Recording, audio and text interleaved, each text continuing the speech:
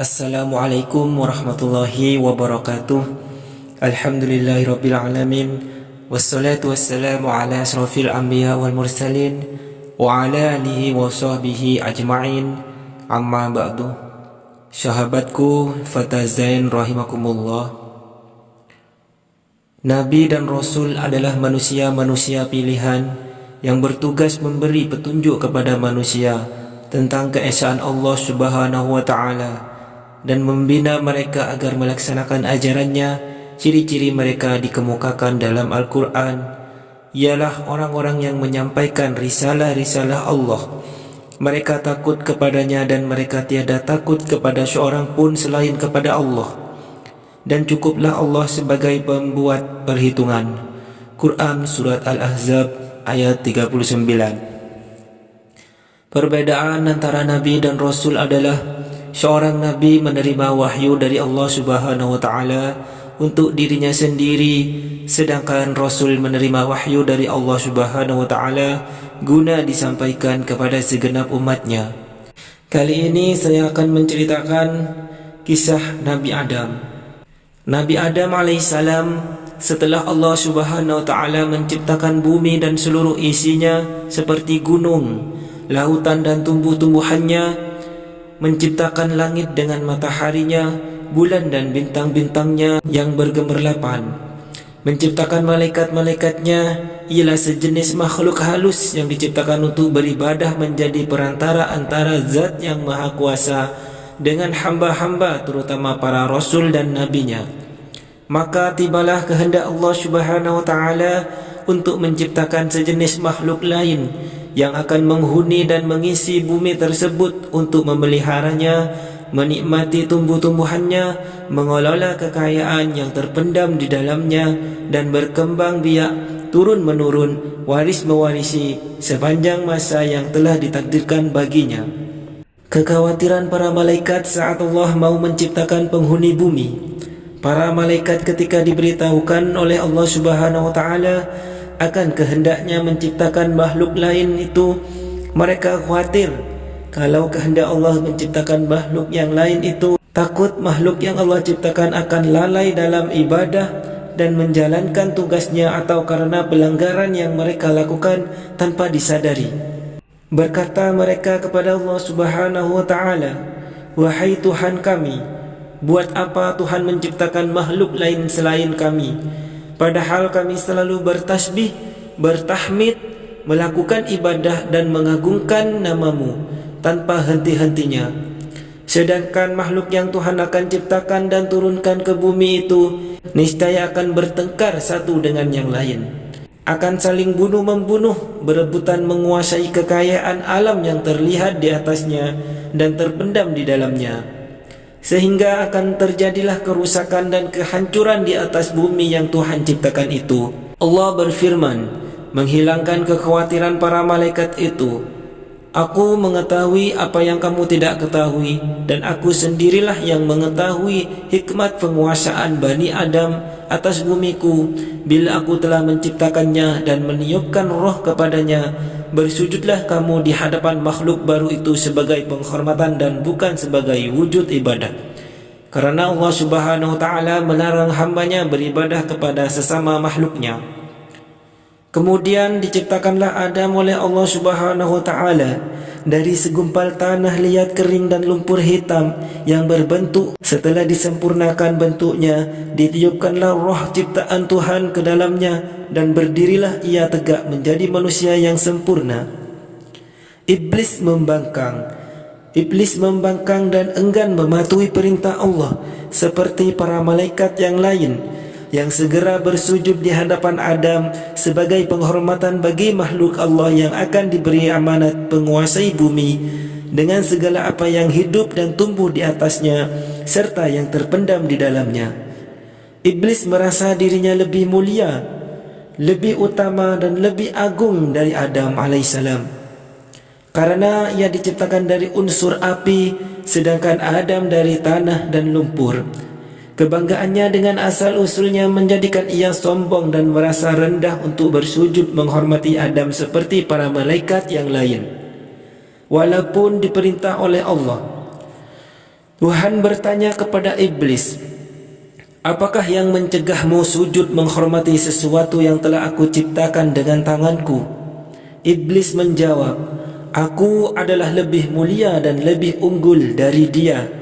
Engkau ciptakan aku dari api, sedangkan Adam diciptakannya dari lumpur. Karena kesombongan, kecongkakannya, dan pembangkangannya melakukan sujud yang diperintahkan, maka Allah menghukum iblis dengan mengusir dari surga dan mengeluarkannya dari barisan malaikat dengan disertai kutukan dan laknat yang akan melekat pada dirinya hingga hari kiamat. Di samping itu, ia dinyatakan sebagai penghuni neraka. Bukannya iblis meminta ampun kepada Allah Subhanahu wa Ta'ala, namun iblis dengan sombongnya menerima dengan baik hukuman Tuhan itu, dan ia hanya mohon agar kepadanya diberi kesempatan untuk hidup kekal hingga di hari kebangkitan kembali di hari kiamat.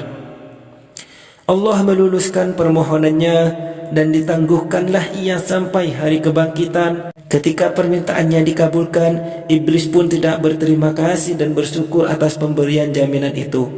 Bahkan sebaliknya, ia mengancam akan menyesatkan Adam dan keturunannya. Sebagai sebab dikeluarkannya dia dari barisan malaikat, iblis bersumpah akan mendatangi anak-anak keturunan Nabi Adam dari segala sudut untuk memujuk mereka meninggalkan jalan yang lurus dan bersamanya menempuh jalan yang sesat, mengajak mereka melakukan maksiat dan hal-hal yang terlarang, menggoda mereka supaya melalaikan perintah-perintah agama dan mempengaruhi mereka agar tidak bersyukur dan beramal soleh. Kemudian Allah berfirman kepada iblis yang terkutuk itu, pergilah engkau bersama pengikut-pengikutmu yang semuanya akan menjadi isi neraka jahanam dan bahan bakar neraka. Engkau tidak akan berdaya menyesatkan hamba-hambaku yang telah beriman kepadaku dengan sepenuh hatinya dan memiliki akidah yang kuat yang tidak akan tergoyah oleh rayuanmu walaupun engkau menggunakan segala kepandaianmu.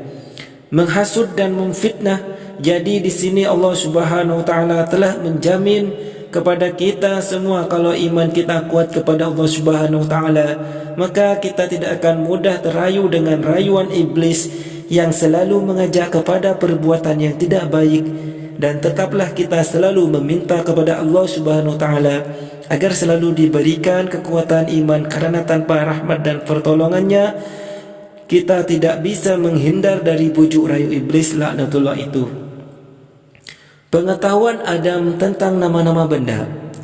Allah hendak menghilangkan anggapan rendah para malaikat terhadap Nabi Adam alaihissalam dan meyakinkan mereka akan kebenaran hikmatnya menunjuk Adam sebagai penguasa bumi. Maka diajarkanlah kepada Adam nama-nama benda yang berada di alam semesta. Kemudian diperagakanlah benda-benda itu di depan para malaikat seraya, cobalah sebutkan bagiku nama benda-benda itu jika kamu benar merasa lebih mengetahui dan lebih mengerti daripada Adam. Para malaikat tidak berdaya atau tidak bisa menjawab memenuhi tantangan Allah Subhanahu wa Ta'ala untuk menyebut nama-nama benda yang berada di depan mereka. Mereka mengakui ketidaksanggupan mereka dengan berkata, Maha Agung Engkau, sesungguhnya kami tidak memiliki pengetahuan tentang sesuatu kecuali apa yang Tuhan ajarkan kepada kami. Sesungguhnya Engkaulah yang Maha Mengetahui dan Maha Bijaksana. Nabi Adam lalu diperintahkan oleh Allah Subhanahu wa Ta'ala untuk memberitahukan nama-nama itu kepada para malaikat, dan setelah diberitahukan oleh Adam, berfirmanlah Allah Subhanahu wa Ta'ala kepada mereka, bukankah aku telah katakan kepadamu bahwa aku mengetahui rahasia langit dan bumi dan mengetahui apa yang kamu lahirkan dan apa yang kamu sembunyikan. Adam menghuni surga. Adam diberi tempat oleh Allah di surga, dan baginya diciptakanlah Hawa untuk mendampinginya dan menjadi teman hidupnya, menghilangkan rasa kesepiannya dan melengkapi keperluan fitrahnya untuk mengembangkan keturunan. Menurut cerita para ulama, Ibu Hawa diciptakan oleh Allah dari salah satu tulang rusuk Nabi Adam yang di sebelah kiri di waktu ia masih tidur, sehingga ketika ia terjaga, ia melihat Hawa sudah berada di sampingnya. Ia ditanya oleh malaikat, wahai Adam, apa dan siapakah makhluk yang berada di sampingmu itu?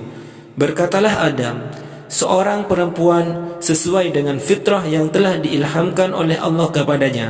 Malaikat bertanya lagi, siapa namanya? Nabi Adam menjawab, Hawa. Lalu malaikat meneruskan pertanyaannya, untuk apa Tuhan menciptakan makhluk ini? Nabi Adam pun menjawab, untuk mendampingiku, memberi kebahagiaan bagiku dan mengisi keperluan hidupku sesuai dengan kehendak Allah. Allah berpesan kepada Nabi Adam, tinggallah engkau bersama istrimu di surga, rasakanlah kenikmatan yang berlimpah-limpah di dalamnya, rasailah dan makanlah buah-buahan yang lezat yang terdapat di dalamnya sepuas hatimu dan sekehendak nafsumu. Kamu tidak akan mengalami haus atau merasa lapar ataupun letih selama kamu berada di dalamnya.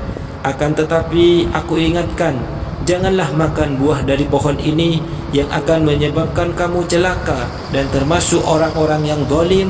Ketahuilah bahwa iblis itu adalah musuhmu dan musuh istrimu. Ia akan berusaha membujuk kamu dan menyeret kamu keluar dari surga, sehingga hilanglah kebahagiaan yang kamu sedang nikmati ini.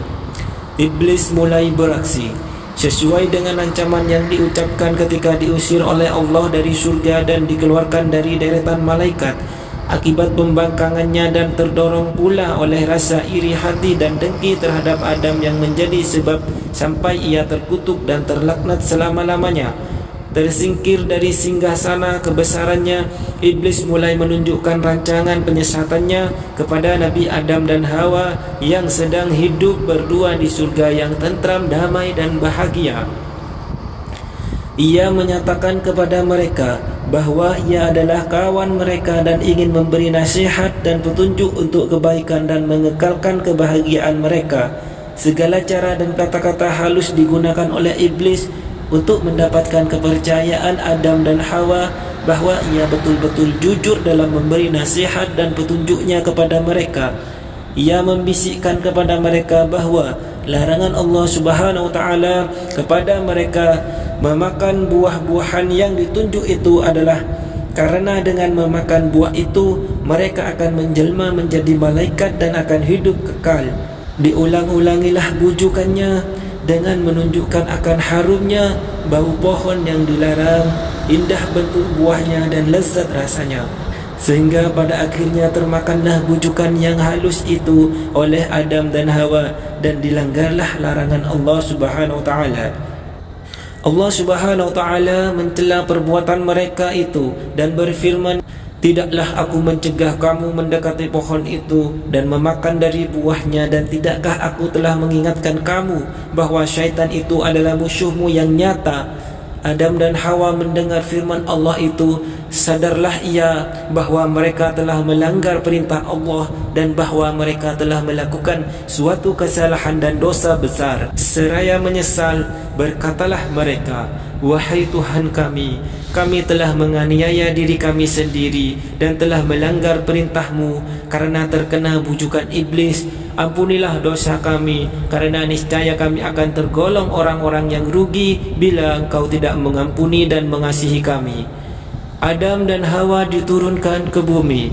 Allah telah menerima taubat Adam dan Hawa serta mengampuni perbuatan pelanggaran yang mereka telah lakukan, hal mana telah melegakan dada mereka dan menghilangkan rasa sedih akibat kelalaian peringatan Allah Subhanahu wa taala tentang iblis, sehingga terjerumus menjadi mangsa bujukan dan rayuannya yang manis namun beracun itu. Adam dan Hawa merasa tentram kembali setelah menerima pengampunan Allah dan selanjutnya akan menjaga jangan sampai tertipu lagi oleh iblis dan akan berusaha agar pelanggaran yang telah dilakukan dan menimbulkan murka dan teguran Tuhan itu menjadi pengajaran bagi mereka berdua untuk lebih berhati-hati menghadapi tipu daya dan bujukan iblis yang terlaknat itu. Harapan untuk tinggal terus di surga yang telah pudar karena perbuatan pelanggaran perintah Allah hidup kembali dalam hati dan fikiran Adam dan Hawa yang merasa kenikmatan dan kebahagiaan hidup mereka di surga tidak akan terganggu oleh sesuatu, dan bahwa ridha Allah serta rahmatnya akan tetap melimpah di atas mereka untuk selama-lamanya. Akan tetapi Allah telah menentukan dalam takdirnya apa yang tidak terlintas dalam hati dan tidak terfikirkan oleh mereka. Allah Subhanahu wa taala yang telah menentukan dalam takdirnya bahawa bumi yang penuh dengan kekayaan untuk dikelolanya akan dikuasai kepada manusia keturunan Adam, memerintahkan Adam dan Hawa turun ke bumi sebagai benih pertama dari hamba-hambanya yang bernama manusia. Berfirmanlah Allah kepada mereka, turunlah kamu ke bumi, sebagian daripada kamu menjadi musuh bagi sebagian yang lain, kamu dapat tinggal tetap dan hidup di sana sampai waktu yang telah ditentukan. Turunlah Adam dan Hawa ke bumi menghadapi cara hidup baru yang jauh berlainan dengan hidup di surga yang pernah dialami dan yang tidak akan berulang kembali. Mereka harus menempuh hidup di dunia yang fana ini dengan suka dan dukanya, dan akan menurunkan umat manusia yang beraneka ragam, sifat dan tabiatnya berbeda-beda, warna kulit dan kecerdasan otaknya. Umat manusia yang akan berkelompok-kelompok menjadi suku-suku dan bangsa-bangsa, di mana ia satu menjadi musuh yang lain, saling bunuh-membunuh, aniaya-menganiaya, dan tindas-menindas. Sehingga dari waktu ke waktu Allah mengutus nabi-nabinya dan rasul-rasulnya memimpin hamba-hambanya ke jalan yang lurus, penuh damai kasih sayang di antara sesama manusia, jalan yang menuju kepada ridhonya dan kebahagiaan manusia di dunia dan akhirat. Kisah Nabi Adam dalam Al-Quran. Al-Quran menceritakan kisah Nabi Adam dalam beberapa surah, di antaranya surah Al-Baqarah ayat 30 sampai ayat 38 dan surah Al-A'raf ayat 11 hingga ayat 25. Pengajaran yang terdapat dari kisah Nabi Adam ini bahwasannya hikmah yang terkandung dalam perintah-perintah dan larangan-larangan Allah dan dalam apa yang diciptakannya kadangkala tidak atau belum dapat dicapai oleh otak manusia, bahkan oleh makhluknya yang terdekat, sebagaimana telah dialami oleh para malaikat tak kala diberitahu bahawa Allah akan menciptakan manusia keturunan Adam untuk menjadi khalifahnya di bumi, sehingga mereka seakan-akan keberatan dan bertanya-tanya mengapa dan untuk apa Allah menciptakan jenis makhluk lain daripada mereka yang sudah patuh, rajin beribadah, bertasbih, bertahmid dan mengagungkan namanya. Bahwasannya manusia walaupun ia telah dikurniakan kecerdasan berfikir dan kekuatan fisikal dan mental, ia tetap mempunyai beberapa kelemahan pada dirinya seperti sifat lalai, lupa dan khilaf. Hal mana telah terjadi pada diri Nabi Adam yang walaupun ia telah menjadi manusia yang sempurna dan dikaruniakan kedudukan yang istimewa di surga, ia tetap tidak terhindar dari sifat-sifat manusia yang lemah itu. Ia telah lupa dan melalaikan peringatan Allah kepadanya tentang pohon terlarang dan tentang iblis yang menjadi musuhnya dan musuh seluruh keturunannya, sehingga terperangkaplah ke dalam tipu daya dan terjadilah pelanggaran pertama yang dilakukan oleh manusia terhadap larangan Allah Subhanahu wa taala.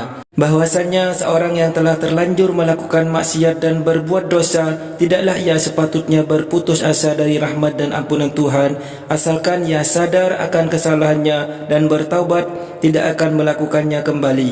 Rahmat Allah dan maghfirahnya dapat mencakup segala dosa yang diperbuat oleh hambanya kecuali syirik. Bagaimanapun besar dosa itu, asalkan diikuti dengan kesadaran, bertaubat dan pengakuan kesalahan.